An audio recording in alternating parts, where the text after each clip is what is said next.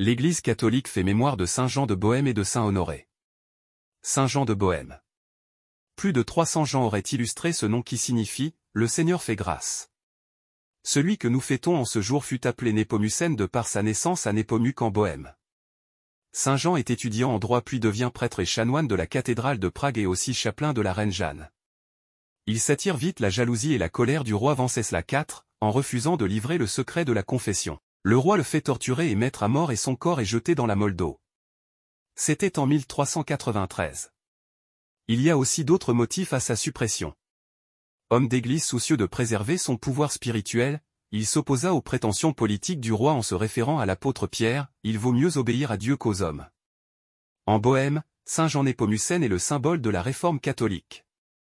Saint Honoré, originaire de Pontieux en Picardie, fut évêque d'Amiens vers la fin du VIe siècle. Il est devenu très populaire au XIe siècle, une procession eut lieu dans les rues d'Amiens pour mettre fin à une terrible sécheresse, or la pluie se serait mise à tomber avant que leur cortège ne rentrât dans la ville.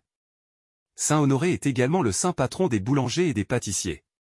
Voici comment il le devint, sa renommée avait gagné Paris grâce à des Picards, Renaud Chéré et son épouse Sibylle, qui avaient émigré en notre capitale et y édifièrent une belle église gothique en l'honneur de Saint Honoré. Boulangers et pâtissiers établirent le siège de leur corporation dans l'une des chapelles de l'église, ce qui était fréquent au Moyen-Âge pour les confréries et les corps de métier.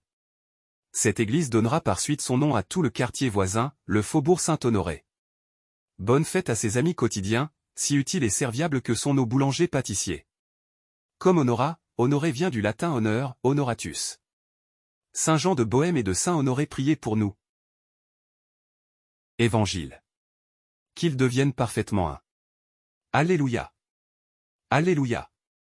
Que tous soient un, comme toi, Père, tu es en moi, et moi en toi, pour que le monde croie que tu m'as envoyé. Alléluia. Évangile de Jésus-Christ selon saint Jean. En ce temps-là, les yeux levés au ciel, Jésus priait ainsi. Père Saint, je ne prie pas seulement pour ceux qui sont là, mais encore pour ceux qui, grâce à leur parole, croiront en moi. Que tous soient un, comme toi, Père, tu es en moi, et moi en toi. Qu'ils soient un en nous, eux aussi, pour que le monde croie que tu m'as envoyé. Et moi, je leur ai donné la gloire que tu m'as donnée, pour qu'ils soient un comme nous sommes un. Moi en eux, et toi en moi. Qu'ils deviennent ainsi parfaitement un, afin que le monde sache que tu m'as envoyé, et que tu les as aimés comme tu m'as aimé. Père, ce que tu m'as donné, je veux que là où je suis, ils soient eux aussi avec moi, et qu'ils contemplent ma gloire, celle que tu m'as donnée. Parce que tu m'as aimé avant la fondation du monde. Père juste, le monde ne t'a pas connu, mais moi je t'ai connu, et ceux-ci ont reconnu que tu m'as envoyé. Je leur ai fait connaître ton nom, et je le ferai connaître, pour que l'amour dont tu m'as aimé soit en eux, et que moi aussi, je sois en eux. Acclamons la parole de Dieu. Louange à toi Seigneur Jésus.